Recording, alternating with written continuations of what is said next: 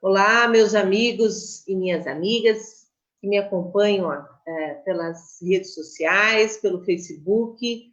Hoje a nossa live é uma live muito especial também. Nós estamos trazendo aqui uma figura ilustre, com vasta experiência na área da cultura. Tem passagens importantes aqui na região do Grande ABC, em especial na nossa cidade, na cidade de Santo André, que é este ator premiadíssimo, exemplo de trabalho e dedicação à área da cultura, e também foi o nosso secretário Celso Prateschi. Celso, oi, obrigada por você estar participando, imensamente agradecida por você estar aqui na nossa live, dando o seu depoimento, falando um pouquinho, fazendo uma avaliação aí da cultura no nosso país, né? Tudo bem, Celso? Tudo bom, Beth? Muito obrigado pelo convite. É um prazer estar conversando sobre cultura em geral e, particularmente, sobre Santo André, que eu tenho um carinho muito especial desde a minha formação. Na verdade, minha primeira professora foi uma grande diretora que ajudou a formar o grupo Teatro da Cidade, antes ainda do Teatro Municipal, ainda tinha o Teatro de Alumínio lá, e ela e o Flávio Império era o cenógrafo dela, estou falando de Helene Guariba, uma peça que foi premiadíssima e extremamente importante para nós do teatro, que foi o Jorge Dandan, do Molière. E depois ela foi minha professora no Teatro de Arena, né? E sempre tive, desde aí, eu tenho muito carinho pela cidade de Santo André. Depois eu acabei visitando várias vezes aí, né? Com espetáculos, fiz um espetáculo também que foi em 73, eu acho, que foi para o Festival de Manizales, que era um texto de César Vieira, o Evangelho segundo Zé Bedeu, Fagundes fazia, tal, e tem muita ligação com a cidade. E depois, evidentemente, praticamente vivi aí durante os anos do governo Celso Daniel, onde fui diretor e secretário de Educação e Cultura e Esporte aí, e Lazer durante a primeira gestão dele e 2 anos da segunda gestão. Então, queria um afeto muito grande por toda a cidade, pelos andreenses e pelo trabalho todo que a gente conseguiu desenvolver aí. Obrigado de estar falando com você e me fazendo rememorar esse tempo bastante produtivo na minha vida.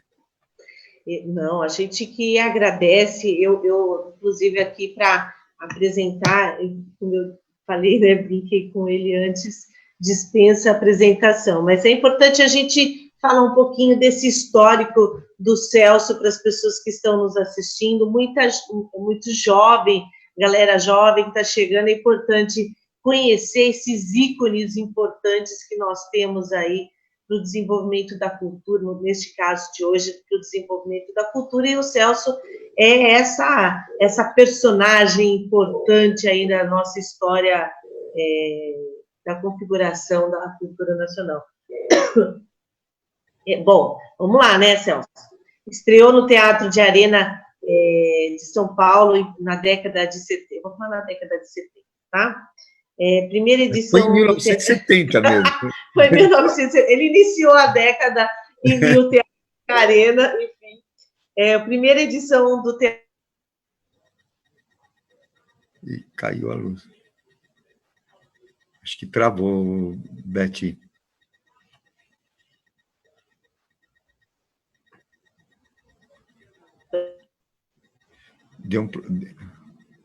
Tem vários prêmios, né? Muitos prêmios, aliás, de vários espetáculos, Os Imigrantes, em 77, o Prêmio Mambembe, de Melhor Projeto, Eras, de Rainer Miller, em 78, Prêmio Shell de Melhor Ator, né? Que ele ganhou, Prêmio APTESP, Melhor Ator, em 96, Do Amor, de Dante, por Beatriz, de Dante Alighieri. Ele foi secretário em Santo André, né, secretário de Educação, Cultura e Esporte, na década, no primeiro governo do Celso, né, de 89 a 92. Depois, secretário de Cultura de São Paulo, 2003-2004, aliás. Presidente da Funarte, 2006 a 2008, e a gente depois quer que você fale um pouquinho sobre essa experiência e o que tem sido a presidência da Funarte agora. Diretor da TUSP, 2004 a 2006, de 2010 a 2014. Professor de interpretação na ECA, né, na USP, de 98 até 2015, e é diretor do Ágora Teatro em São Paulo. Uma experiência bastante interessante que o Celso estava falando e que eu gostaria que depois ele reproduzisse aqui para nós. Celso, a nossa live hoje, o tema dela é em tempos de Covid-19, os desafios para os trabalhadores do setor e propostas para a nossa cidade, que a partir do diálogo que nós iremos estabelecer com você um pouquinho, de toda essa experiência que você tem, de toda essa tua bagagem, a contribuição histórica. E aqui em Santo André, não podemos deixar de lembrar, a Escola Livre de Teatro foi uma experiência exitosa e foi laboratório para outros lugares, experiência importante que nasceu aí do teu trabalho, enfim, da sua dedicação aqui na nossa cidade, e que serviu muito de espelho para muitos outros artistas que surgiram daí, né? Dessa experiência da Escola Livre de Teatro. E que a gente precisa retomar uma série de coisas aqui na nossa cidade. A gente sabe que o Ministério, que era da Cultura, não é mais da Cultura, que foi para a Cidadania e Turismo, tiveram seus orçamentos extremamente vetados, cortados, assim, em valores absurdos, né? Sabe que não é prioridade, que não há um interesse. Isso, evidentemente, que acaba causando um efeito cascata, né? Isso reproduz o Estado, reproduz os municípios, porque não há incentivo, não há valorização. Isso do ponto de vista do orçamento, que demonstra aí qual é o interesse que o atual governo tem em relação à cultura. Sem contar o que isso decorre de uma questão ideológica, de posicionamentos ideológicos perversos em relação ao entendimento do que é cultura e o papel que ela exerce na formação da identidade de uma nação, de uma sociedade, enfim. Celso, falei um monte de coisa aqui, né, da forma mais ampla possível, e eu gostaria que você dialogasse um pouco com os nossos internautas, falasse um pouquinho a tua avaliação sobre esse momento dramático que nós estamos vivendo e o papel da cultura nisso tudo. Bom, o momento que a gente vive não é bom para a cultura, né? Ele tem se revelado terrível mesmo antes da pandemia. A gente teve, antes da pandemia, alguns eventos na área de cultura que foram catastróficos do ponto de vista humano, né? A gente teve primeiro a destruição do Ministério, né? Depois não sabia onde ele coloca, se é no turismo, se é na cidadania, um pouco uma briga para como tornar ele mais desprezível possível, e acabou ficando no turismo agora recentemente. Mas antes da pandemia, a gente teve o episódio de um secretário que utilizava símbolos nazistas de uma forma ostensiva nos seus pronunciamentos. Ou seja, esse símbolo é muito mais terrível do que a pandemia, quando a gente vê um secretário de Cultura Nacional citando Goebbels, né? Nada menos do que Goebbels, o ministro da propaganda e da cultura nazista, né? Utilizando de uma maneira direta esses símbolos. Isso diz o que é. A pandemia, me parece que veio como um aliado a mais para essa não sei como definir esse bando de assassinos, né, de genocidas. A pandemia veio colaborar com isso, e tornando a coisa muito mais terrível para os artistas e para a arte, né? Agora, eu sou uma pessoa que talvez, por já ter vivido momentos muito diferentes e ter estudado nesse momento que eu vivi, que a humanidade viveu momentos muito diferentes, né? a gente já passou por situações terríveis, né? A arte já passou por situações terríveis. O teatro, particularmente, teve o seu apogeu lá na Grécia, na sua formação, foi para Roma, mas há um registro, por exemplo, histórico, de que quando o imperador romano assume o cristianismo como religião oficial, os artistas são mortos, são perseguidos até a quinta geração, né? E, por incrível que pareça, talvez por ironia, o teatro ressurge ou renasce exatamente nos conventos católicos, né? Porque eles que tinham, de alguma forma, os jovens padres tinham acesso aos documentos que estavam confinados nas bibliotecas e começaram a fazer teatro, e aí se retomou, e a gente sabe que hoje a própria missa católica tem uma espécie de representação da paixão do seu maior símbolo, que é Cristo. Então, o teatro vai existir, ele vai sobreviver a isso, ele vai superar essa fase e vai renascer com um vigor ainda maior do que desse momento. O problema são os artistas, né? Os artistas já podem sofrer e sofrer muito com isso, né? E por isso a gente sabe que nesse momento de tempestade terrível que a gente está passando no país, a melhor forma talvez seja a gente se reduzir, tirar o nosso casacão, sair dos veículos, ficar na nossa menor grandeza para poder entender o que está acontecendo e poder superar esse momento que a gente está vivendo. Eu acho que, de uma maneira ou de outra, nós vamos superar, né? Eu acho que, em algum momento, não só o tempo vai clarear, como vai clarear as consciências das pessoas e perceber o incrível erro, o desastroso erro que o povo brasileiro teve de dar voto suficiente para que esse genocida se tornasse presidente. É uma inconsequência tão grande, é um momento muito grave que nós estamos passando, né? Mas que acredito que, de uma forma ou de outra, a gente se juntando, a gente conversando, a gente resistindo, a gente estimulando a nossa inteligência, a nossa criatividade, nós vamos conseguir sair desse buraco. A nossa capacidade de resistência, né, Celso? Eu acho que a gente começa a sair nessa próxima eleição. Temos que ter consciência disso para poder avançar, entendeu? Eu espero, mas da forma como as coisas estão sendo configuradas, sobre, inclusive, a eleição, às vezes me parece que favorece exatamente quem está, né, e não uma amplitude do debate e a possibilidade de igualdade na disputa aí, né? Então, eu realmente, a gente vê esse momento como um momento muito delicado em todas as esferas, e na política está posto, né? Enfim. Agora, o teatro, você preside aí o Teatro Ágora.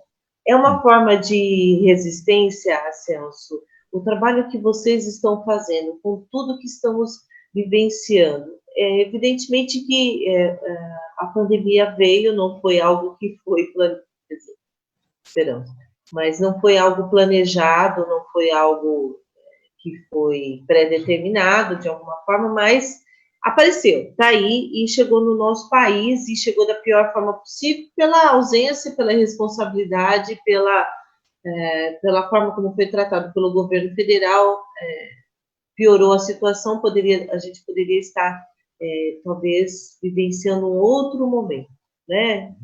Se preparando para estabilizar, para sair da pandemia de uma forma melhor. O que a gente vê, de fato, é um crescimento e não uma diminuição.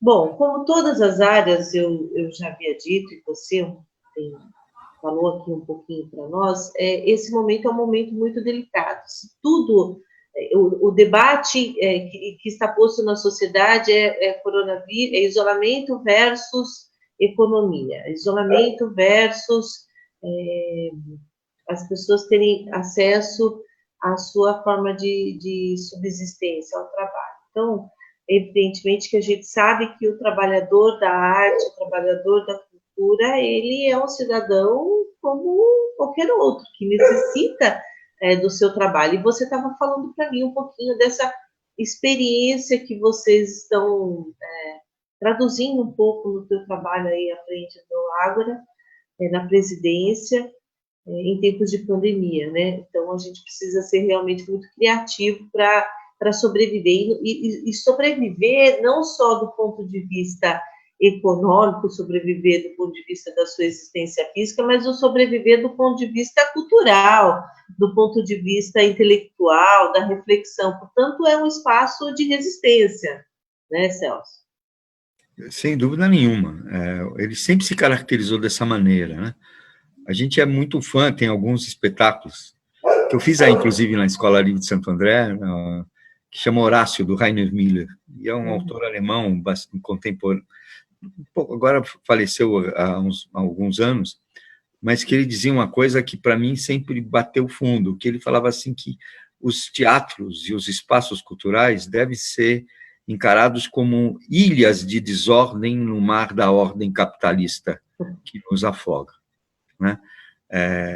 Eu acho que a gente deve cumprir essa função de ser um lugar de liberdade, de ser um lugar que questiona o mundo que a gente está vivendo e que dá, de alguma maneira perspectivas para um futuro em que a gente possa construir, né? A humanidade pode se construir, ou se fazer, se reinventar. O Ágora a gente tenta manter com essa perspectiva, né? A gente está dançando quadradinho aqui para manter o espaço, porque sou eu e a Silvia que coordenamos, que moramos aqui, que foi uma das soluções que a gente teve também, morar no espaço, e manter um espaço com muito carinho. É um espaço, olha, modéstia à parte, ele é bonito demais, ele é pequeno, mas muito eficiente na sua proposta. Onde a gente tem não só teatro, mas tem também discussões, tem palestras, tem projetos que nós vamos desenvolvendo para a construção de um conhecimento, para a construção de soluções aqui para a gente poder sobreviver. São seminários, tem um projeto lindíssimo que a gente chama Teatro Vinho e Pensamento, que está suspenso agora do ponto da sua forma presencial, porque era presencial, uma grande mesa, e a gente comia pão, bebia vinho e conversava sobre teatro, sobre filosofia, sobre sociologia, sobre história, sobre o nosso país, né? E agora nós estamos pensando, talvez não, agora no começo de junho a gente inicia esse projeto virtualmente, né? E o teatro, tivemos essa experiência com o Sesc agora, que foi muito exitosa, do Sesc em Casa, que são lives de teatro. Eu fiz um espetáculo inteiro, né, o Diana. Divulga, porque você estava contando para mim que são segunda, quarta e sexta, é isso? Divulga para o nosso público poder ter acesso. Segunda, quarta, sexta e domingo. Todos esses dias tem às 9h30 no Sesc, chama Sesc em Casa, né? E entra no YouTube, nos canais do Sesc na internet, e você vai encontrar lá como acessar. E é sempre um ator fazendo uma live de teatro. Eu fiz a primeira com Diana, ontem foi a Georgette com o Terror e Miséria do Terceiro Reich do Brecht, e hoje vai ser o Sérgio Mamberti com Plínio Marcos. Sempre assim, é bem interessante mesmo. E a gente vai fazer, vamos inventar aqui, enquanto um projeto que a gente está criando, que é enquanto o teatro não vem, a gente vai fazendo coisas, esperando essa possibilidade do contato físico novamente, que a gente não sabe quando vai acontecer. O contato físico que é tão fundamental para a prática teatral, que é verdade. Ao vivo é aquele lugar. A live do Sesc é ao vivo, isso que é interessante, que dá uma certa lembrança do fazer teatro, quer dizer, você sabe que está sendo assistido naquele momento que está fazendo, apesar de não ter só uma câmera na tua frente. Sim, né? Mas as pessoas estão interagindo, né? Está sendo ao vivo.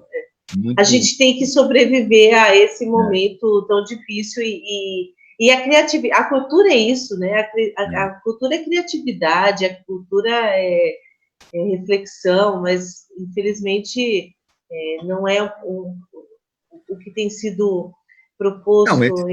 O que você tem hoje é uma pressão contra a inteligência e, fundamentalmente, portanto, também contra a cultura, né? Contra a pesquisa, contra o ensino. Quer dizer, quando você tem um ministro da educação dessa qualidade tão desprezível como é o que a gente tem, ventral. É difícil de você pensar numa cultura, né? Quer dizer, uma questão cultural.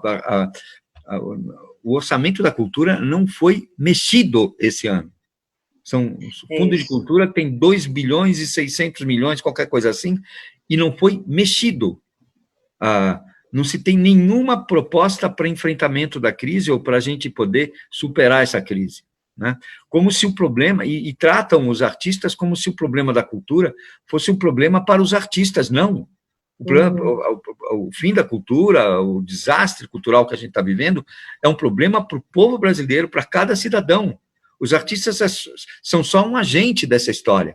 O foco do pensamento é o cidadão. Isso eu aprendi muito com o saudoso Celso Daniel, né? Até o lema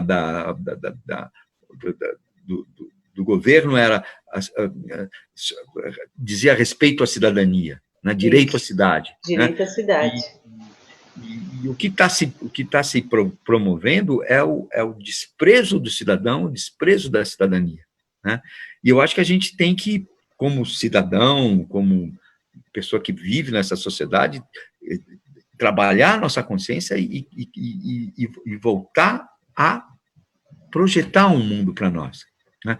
O que era maravilhoso, que eu acho que tenho grandes lembranças, carinhosas lembranças desse período aí de secretário de Santo André, é que existia a construção de um projeto político para o país, né? E a gente fazia parte, na nossa dimensão, pequena dimensão aí de Santo André, frente ao país, dessa construção. Isso, o presidente Lula, para mim, ele ainda representa e representa cada vez mais esse projeto de construir um país, né? O que se conseguiu nesses governos progressistas ainda está na memória do brasileiro, e em algum momento ele vai cotejar a miséria que estamos vivendo com o caminho que a gente estava trilhando para uma afirmação de cidadania como a gente estava construindo. Eu me lembro tanto de reuniões de secretariado do Celso, que ele chegava para a gente e falava assim: Celso, eu quero que você participe dessa reunião de planejamento de bairro. Eu falei, mas é um planejamento urbano onde entra a cultura. Eu falei, eu quero saber como que esse povo se relaciona. Isso vai definir, pode definir, e definiu em algum planejamento de bairro, alguns bairros que a gente fez, que a avenida não podia passar aqui porque estava dividindo uma comunidade, que a calçada tinha que ter uma certa largura porque não era uma avenida principal, e essa calçada poderia ser um momento de vivência. De vivência. Né? Quantos espaços de praça a gente fez, teatro de rua? Foi? Pois é, poxa, então esse fogo de construção, de destruição dessa coisa velha e de construção de um país melhor, onde a gente possa ser mais feliz, eu acho que a gente ainda tem e deve expor cada vez mais, né? A gente, às vezes, é intimidado por essa violência brutal, né, que o governo atual impõe. Mas eu acho que tem que se enfrentar, como a gente enfrentou a ditadura, né? Como a gente enfrentou outros momentos ruins da história do Brasil, a gente vai enfrentar e temos que juntar forças para mudar isso, né? Agora, é interessante isso que você coloca. A ditadura, ela tinha uma peculiaridade, né?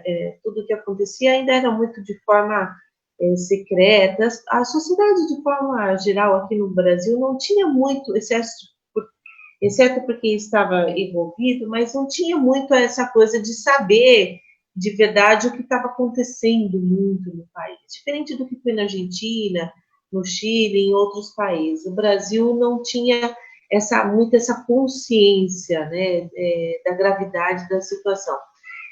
O que difere um pouco o que a gente está vivendo agora é essa crueldade, né, de posicionamento que se tem, esse fundamentalismo, né, a negação do homem, a negação da sua reflexão, a negação da sua essência e a negação, principalmente, da sua liberdade, né, de expressão, a sua liberdade de pensamento, de opinião. A gente vive, não aquela ditadura, né, mas a gente vive, sim, um cerceamento aqui de posicionamento, porque quando o presidente e seus asseclas todos nos impõe a quebra, né, a possibilidade de estímulo, de incentivo à cultura, está quebrando uma possibilidade de liberdade, de expressão, de reflexão e de importância que isso tem na formação do cidadão e da sua própria identidade. Então, a gente vive um momento de fundamentalismo, sim, e da pior forma, né? Da forma mais vil, da forma mais precária, porque quando se nega a ciência, a gente está vendo isso agora, assim, fazendo uma alusão, né? Quando se discute a cloroquina como um protocolo de tratamento do coronavírus. Bom, a ciência e os protocolos têm dito que não, ainda não.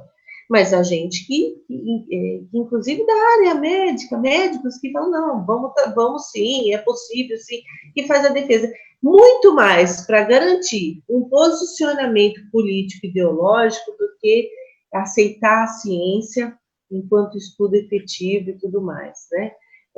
A educação nesse momento, eu tenho discutido, eu sou professora, né, da rede municipal de Santo André, concursada, a gente tem participado bastante desse debate em relação à educação e da forma como ela está sendo colocada também, né? O homeschooling, ou seja, o incentivo a estudar em casa, o desestímulo à educação pública, agora mais do que nunca, o posicionamento do ministro da Educação em relação ao Enem, por que manter as provas do Enem agora, sabendo que isso reforça ainda mais as desigualdades que existem dos alunos da escola pública com os alunos da escola particular, o acesso à plataforma de educação à distância, aos instrumentos tecnológicos. Então, nada disso é colocado em consideração. Esse é o posicionamento desse governo. Não importa. Está sendo definido aqui quem tem o direito à vida em toda a sua amplitude, né? E quem não tem. É disso que se trata. Então, nós vivemos, sim, um momento do fascismo no nosso país. E ele mata, né? Só que ele mata de outro jeito, ele mingua. Esse final de semana, Celso, eu estive conversando com alguns profissionais da área da cultura, o pessoal do circo. Imagina o pessoal do circo, que é tão presencial, né? Uma atividade tão presencial, e que eles estão numa situação muito difícil. Inclusive, só para colocar aqui para os nossos internautas, várias pessoas participando aqui da nossa live, feliz da vida com você, viu, Celso? Dizendo que está super agradável estar com você aqui, o Tiago, que foi nosso secretário de Cultura, participando aqui também da nossa live. Enfim, nós colocamos aí na tela um QR Code dos profissionais da cultura responderem aí um questionário, né? Que a ideia é a gente poder, de alguma forma, eu sou vereadora de segundo mandato também, aqui em Santo André, Celso, a gente ajudar, pensar aqui algum plano emergencial para os nossos profissionais da cultura na nossa cidade que estão entrando em desespero, porque não existe aqui, né, como não existe no Brasil, do ponto de vista de política pública, também não existe aqui um cuidado com os profissionais da área da saúde. Então, quem quiser participar do questionário, seja da área da cultura, coloque o seu celular aí no nosso QR Code, você vai receber o questionário e responder as questões para ajudar a gente a pensar um plano, uma estratégia aqui de apoio aos artistas da nossa cidade. Celso, você foi um dos protagonistas fundamentais em relação às escolas aqui, né? Em especial a Escola Livre de Teatro. E eu queria que você comentasse um pouco sobre isso, porque elas são fundamentais na experiência, aliás, de experiências exitosas aí, você teve à frente desse processo, desse protagonismo, e como você colocou, né? A gestão do Celso foi uma gestão muito excepcional, né? Tínhamos os nossos problemas, como todos têm, mas as políticas públicas, elas eram pensadas como um todo, isso que você colocou, até a calçada, se ela era mais larga ou não. Aquilo tinha que ser daquela forma, porque poderia possibilitar a interação, né, com a cidade como um todo. Você vivenciou também depois, de alguma forma, a experiência do projeto Cidade Futuro, planejar a cidade para 20 anos tendo todas as áreas como áreas importantes e transversais no diálogo e na organização da cidade. Então, a Escola Livre de Teatro é um modelo de experiência importante em que a gente precisa, em um novo tempo, pensar como é que a gente pode estimular a cultura aqui na cidade, organizar a cultura na cidade, tendo vivido tudo que a gente viveu nas nossas gestões, né, Celso? Queria que você falasse um pouco sobre isso. Está sem som, Celso? Agora tá bom, né?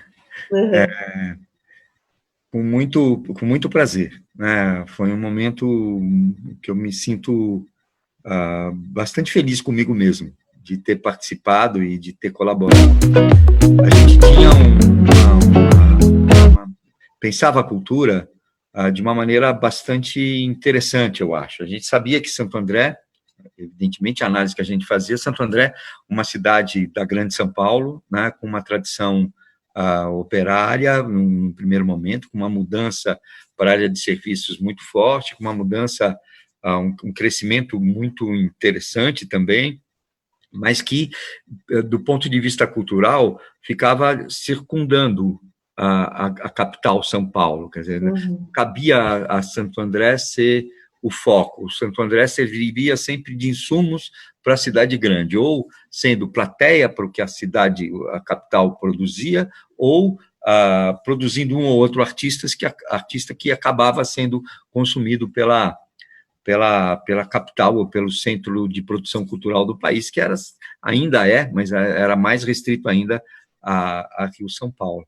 Então, a gente achava que Santo André teria uma contribuição muito grande, porque o ABC como um todo foi o centro da maior revolução cultural que o país teve, que foi o surgimento foram as greves do final da década de 70, foi a construção do partido e foi o surgimento do movimento operário como fundamental para a queda da ditadura e para a construção da nossa democracia. Então, o fenômeno cultural que aconteceu no ABC, de alguma forma, deveria estar sendo reproduzido, também tendo o seu rebatimento na sua produção artística, na sua produção cultural como um todo. Então, mas percebia que todo o equipamento da cultura, a gente brincava com um jogo de palavras, quer dizer, não é que existia uma ausência de políticas culturais, que é um fato, mas, na verdade, existia mais uma política de ausência, ou seja, era proposital não se fazer nada nessa região, porque era importante que ela funcionasse como consumidora dos outros produtos internacionais e da capital, mais do que produtora de sua própria cultura. Então, a nossa ideia foi chegar pesado num tripé de formação, difusão e memória, né? E a gente trabalhou isso de uma maneira bastante efetiva, né? Na difusão, a gente teve uma grande preocupação de começar a trazer para Santo André o que de melhor se produzia no mundo, né? Não só em Santo André, mas em São Paulo, no Brasil e no mundo. A gente teve uma série de festivais internacionais onde a gente teve os melhores artistas do mundo fazendo teatro lá no Teatro Municipal. E isso dava uma arejada na nossa cabeça muito grande. Quando a gente vê um Kazuono, né? Quando a gente vê o Cacá Rossetti estrear uma peça no Shakespeare, O Sonho de uma Noite de Verão, no Teatro Municipal, quando a gente vê, começa a dar quem assiste vê a coisa de uma maneira diferente, deixa de ver de uma maneira tão restrita como eram aqueles espetáculos de laço que a gente via. Quer dizer, eu me lembro que uma das maiores dores que eu tinha era ver o Teatro Municipal alugado para peças infantis, onde eles botavam 2 criancinhas em cada cadeira. A gente teve que cortar isso e sofremos pressão política pesada, porque eram indústrias de ganhar dinheiro com espetáculos bastante duvidosos do ponto de vista artístico. Era um espetáculo... Utilizar para a formatura, né, Celso? Hã? Para a formatura. Exatamente. Então, a ideia era fazer uma política de difusão de eventos muito forte, que arejasse a cabeça, que trouxesse informações não viciadas, não aquelas que a gente recebe sempre, Então veio coisas muito chocantes do ponto de vista da música. Daí, se era para trazer um músico, a gente, pô, vamos trazer direto o Gilberto Gil, vamos trazer direto o Paulo Moura, vamos trazer direto os melhores, né? Porque não são mais caros que os piores, né? Você pode fazer uma política que ajude. E isso foi mexendo muito com a alegria do andreense, com a forma do andreense ver sua própria cidade, porque ele acabava se identificando com aquilo também, né? E aí a ideia o que era? A partir desse arejamento, dessa bagunça de informações que a gente promoveu de uma maneira bastante séria e contundente, a gente começou a produzir um trabalho de formação. E um trabalho de formação que tinha, de alguma forma, alguns estágios, né? Primeiro, vamos fazer uma política de oficinas muito pesada nos centros comunitários. Então, nos centros comunitários recebiam artistas com seus grupos de teatro, de música e tudo, criando oficinas e fazendo com quem se interessasse em alguma linguagem tivesse ali a sua primeira descoberta, para depois ir para os nossos sistemas de escola um pouco mais elaborados, bem mais elaborados. Foi criado não só a Escola Livre de Teatro, do qual me orgulho, depois a gente pode falar um pouquinho mais sobre ela, porque eu tenho um carinho especial mesmo, mas foi criado a Casa da Palavra, foi criada a Casa do Olhar, foi criado o Museu da Cidade, né? Foi criado o Cine Teatro Carlos Gomes, foi criada uma série de atividades onde a formação poderia ser depois desenvolvida. O cidadão que se interessasse por uma ou por outra área poderia desenvolver nesses lugares. E, fundamentalmente, o meu grande orgulho foi criar as EMIAs. As EMIAs eram para mim, é um luxo ainda, enquanto pedagogia, enquanto formação, né? E com a sacação dos professores e de todas as pessoas artistas, professores que participavam, percebendo que teria que ser necessariamente um currículo livre, uma escola livre, não poderia ser encaixado em sistemas federais de como deve ser uma escola de X, Y, Z. Na área de teatro, a gente optou, inclusive, por não dar DRT, porque para dar DRT teria que se submeter ao currículo federal. E a gente queria saber como que seria uma escola e uma produção, uma arte produzida numa cidade da Grande São Paulo como Santo André. E aí foi fantástico, o único curso fixo que a gente colocava era o de introdução e o de dramaturgia, porque a gente queria formar um pensamento a respeito de Santo André, né? Tinha uma estratégia, né? Uma estratégia. E a partir do curso de introdução, o currículo era montado por cada grupo, né? E era muito... Isso também na EMIA. Por exemplo, na EMIA de São Paulo, o grande interesse era a música. Na EMIA de Santo André, era cerâmica e marcenaria. Ou seja, tinha uma tradição que se manifestava na própria fazer das crianças, né? No teatro, a primeira grande coisa era o circo, né? Então, quem dava aula para a gente era Nóbrega, né? Era o Hugo Pozzolo, que é secretário hoje aqui de São Paulo, era muita gente de muita qualidade. De muita qualidade. De dramaturgia era o Abreu, que é daí de Ribeirão, mas é uma figura que tem uma projeção nacional hoje, internacional, né? E esses caras é que formulavam as dinâmicas das escolas e do nosso trabalho de formação. Então, a gente tinha não era uma escola, mas era um sistema de formação que partia desde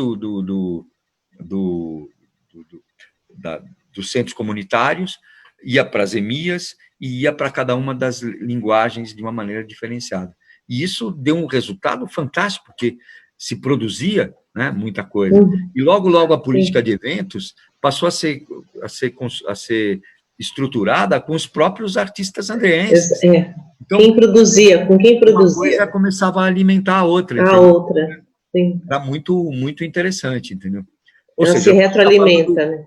Ficaria falando dias sobre essa experiência, eu particularmente gostei muito de participar e eu acho extremamente possível. Ela foi muito importante para nós aqui em São Paulo, quando eu fui secretário da Marta, na criação dos CELS. Dos CELS. Né? Os CELS tem um pouco essa mesma origem, entendeu?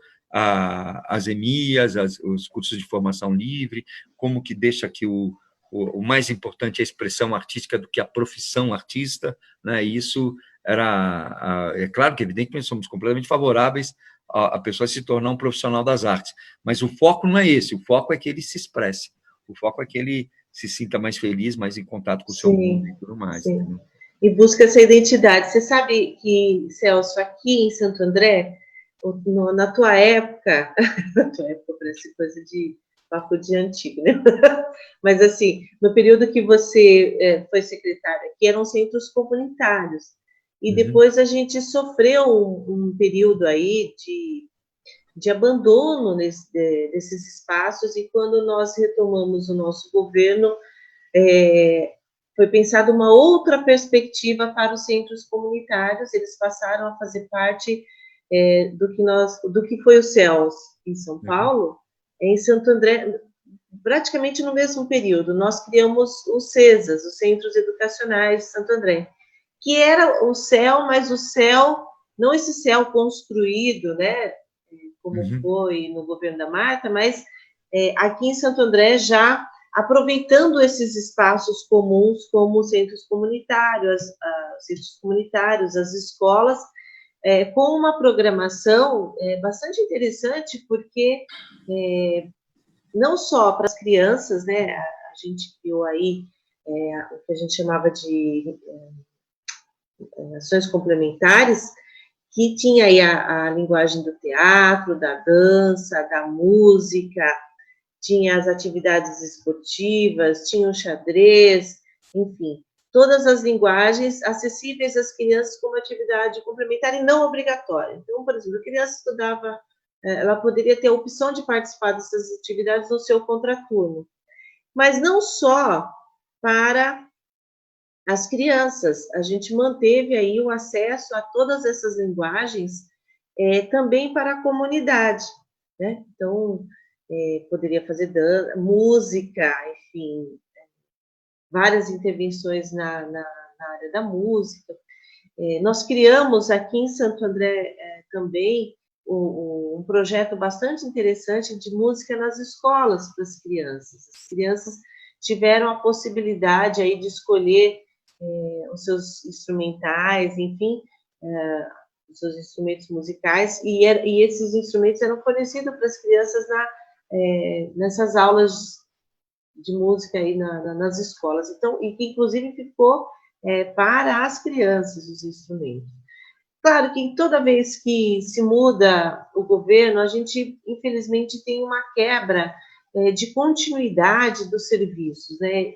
A gente tem esse perfil de valorização da arte, de valorização da cultura. Nós tivemos no governo do Celso esse trabalho das escolas livres, nós tivemos no governo do João, né, que sucedeu depois o Celso, os centros comunitários, que foram CESAs, nós tivemos o projeto de música na escola. Então, a gente, de alguma forma, acaba se dedicando a ter projetos de arte, de cultura nesses espaços educacionais, nos espaços da cidade, em todos os espaços. E eu acho que o grande desafio que a gente encontra agora, que eu queria que você também falasse, como é que vai ficar a nossa vida, em especial da cultura, pós-pandemia. Por que eu remeto a essa discussão? Nós vamos ter que sair disso uma hora, né? E nós vamos ter que reorganizar as nossas políticas públicas, pensar políticas públicas, projetos que enfrentem esse novo momento que nós estamos vivendo. De saída da pandemia, mas mais do que isso, sair desse pensamento retrógrado, né, desse pensamento arcaico, desse pensamento que não nos define, né, que não facilita a nossa vida, que não ajuda a gente a pensar a cultura como um instrumento de reflexão, de mudança e de perspectiva, Celso. São desafios importantes. Veja, você veio para Santo André, você inaugurou aqui um novo jeito de pensar a arte, um novo jeito de pensar a cultura em todas as suas dimensões, em qualquer espaço, né?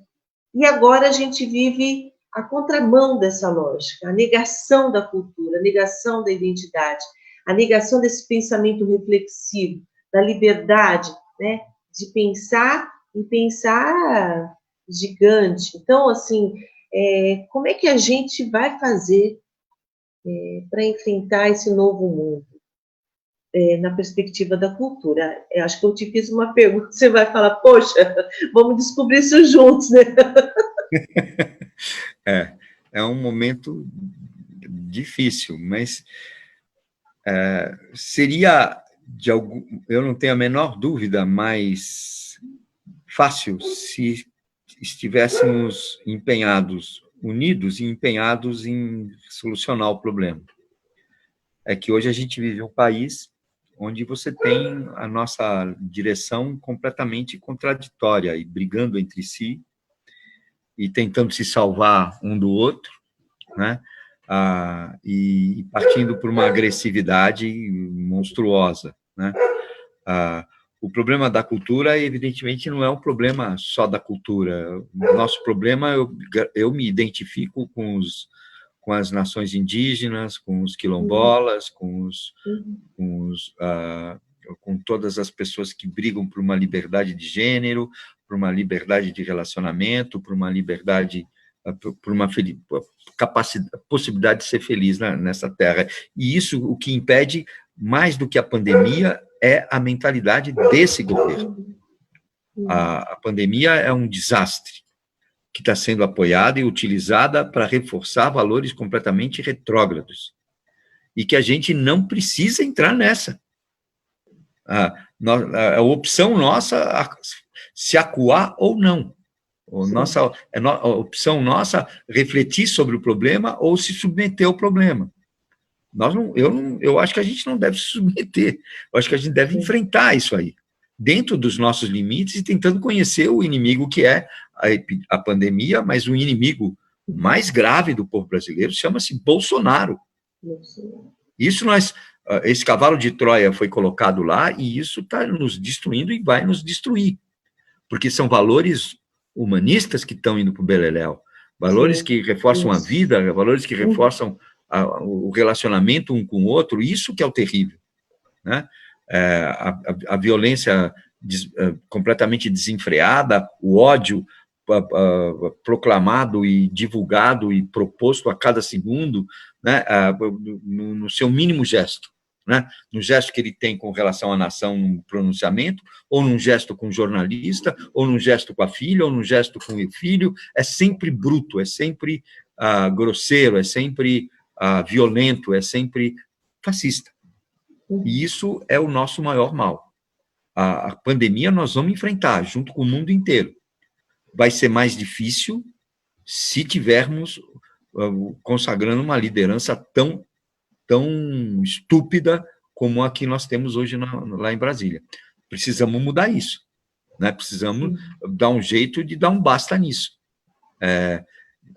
Tá difícil, porque ele ainda parece que ele ainda dá resposta ao grande capital. Sim. Né? Ele fez questão de resolver o problema dos bancos antes de resolver qualquer tipo de problema, né? Ele bancou os bancos antes do prejuízo. Né? Então ele sabe que tem um apoio do grande capital ainda, principalmente rentista, que ainda o sustenta, né? A eles e aquela camarilha de militares de pijama que estão do lado dele, ameaçando o povo brasileiro a cada dia, né? Ou seja, a gente está vivendo um momento muito difícil, mas a gente precisa identificar onde é o problema de fato. O problema é a pandemia, sem dúvida nenhuma, mas o problema também é como se lida com a pandemia.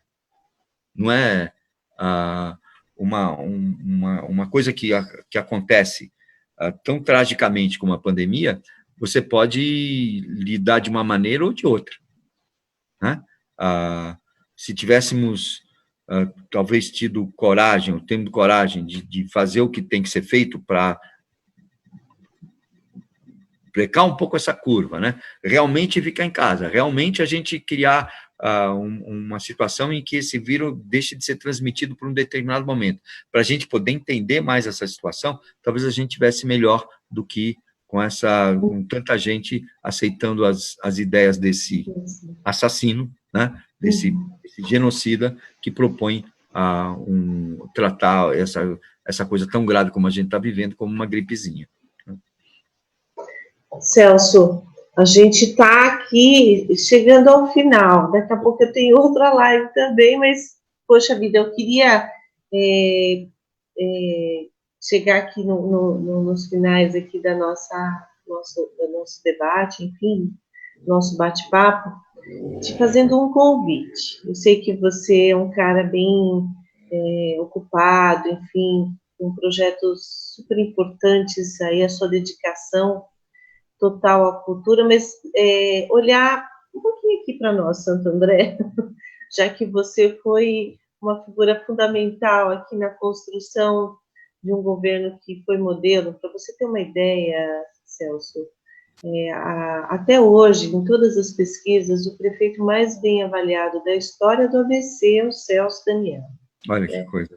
Você vê que interessante? E está na memória das pessoas ainda. 70%, quando se tem uma pesquisa, é o Celso Daniel o melhor prefeito avaliado. Por quê? Porque teve aí uma construção de governança, de política de governo, em todas as áreas, que mudou um pouco a perspectiva de gestão pública de uma cidade, né?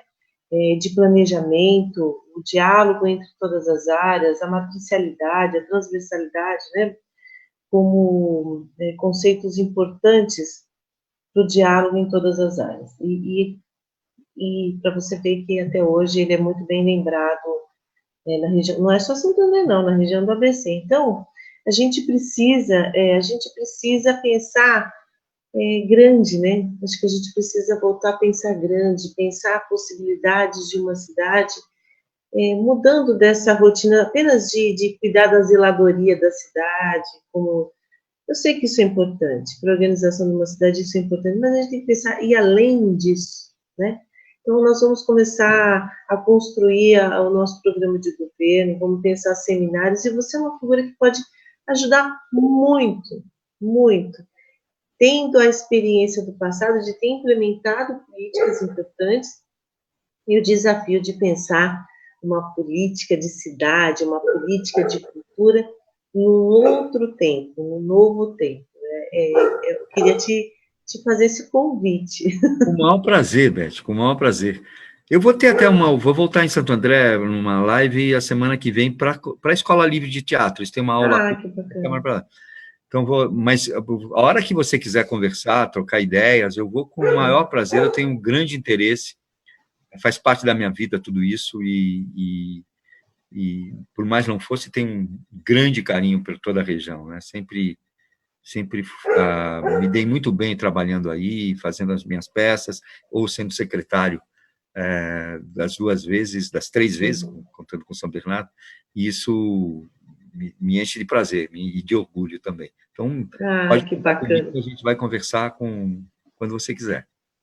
Eu agradeço, Celso. A gente precisa sair desse estado paralisante, né, amorfo. A gente precisa usar, ser mais resistência, né, a tudo isso, e as coisas não vão... A eleição é um fato episódico. Evidentemente que, se tudo der certo, aí que vem o trabalho, né? Como é que a gente vai reconstruir a nossa cidade, depois reconstruir o nosso país, tendo em vista esses gafanhotos, né, que vieram para devastar tudo e exterminar as pessoas, um modelo genocida, né, de tratamento. Se não mata as pessoas de um jeito, mata de outro, né, mata o sentimento, mata o coração, mata o pensamento, é uma coisa doída, né, e que a gente precisa sair desse estágio, né? Então, você vai ajudar, você pode ajudar demais. E no seminário que a gente está pensando aqui, depois a gente vai conversar um pouquinho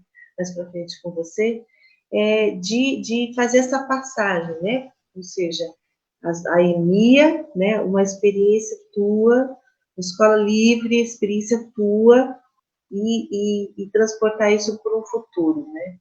O que a gente quer? Como é que é? Com prazer, vamos conversar. Tá ligado? Tá. Com prazer, vamos conversar, sim. Então tá bom, Celso. Agradeço imensamente aí a tua participação na nossa live, esse bate-papo maravilhoso, a tua experiência, a tua bagagem, né? Queria que você se despedisse aqui de tudo. Muita gente entrou perguntando, falando, depois a gente vai responder, vai ter outras oportunidades de ter você aqui conosco. Deixar uma mensagem, inclusive, para os nossos artistas aqui da cidade, que foram também abandonados. Muita gente, nesse momento de pandemia, teve seus contratos encerrados, ou seja, no momento da proteção, o que ocorreu foi o abandono, né? Então, deixar uma mensagem aqui para a nossa cidade, para os nossos artistas, e agradecer imensamente você. Eu que agradeço muito, para mim foi eu sempre gosto de conversar sobre o assunto, né? Faz parte da minha vida, e esse tempo de Santo André foi muito, muito prazeroso mesmo. Tenho bastante orgulho de ter participado, né? E para os colegas artistas, né, para todo mundo que está vivendo essa situação bastante grave, é grave, né? Não tem muito o que tentar tapar o sol com a peneira, né? E, infelizmente, depende muito de cada um de nós, né? Acho que a gente vive um momento... Brecht tem 2 poemas, um que ele fala sobre a ajuda, né? Eu não vou saber dizê-lo todo, mas ele fala... Então, nem vou tentar. Mas ele fala sobre ajuda certamente a gente já viu a ajuda em mais de um lugar sob diferentes formas, né? Motivada e gerada por um estado de coisas que a gente ainda não conseguiu dispensar, que é a violência. Contudo, ele recomenda que a gente enfrente essa crueldade da violência com uma crueldade ainda maior, né? Por que isso? Porque a gente deve perceber que ajuda e violência constituem um todo. E é esse todo que a gente precisa transformar. E isso, acho que foi um poema que me bate muito, né? Quer dizer, não conte tanto com a ajuda, porque a ajuda pressupõe a violência, né? Vamos, então, pensar na gente mesmo. E aí ele sugere um outro poeminha pequeno que eu termino falando ele para vocês. Eu acho muito, muito bonito, que fala assim: quando o pensador se viu diante de uma grande tempestade, ele estava sentado num grande veículo e ocupava muito espaço. A primeira coisa que ele fez foi sair do veículo.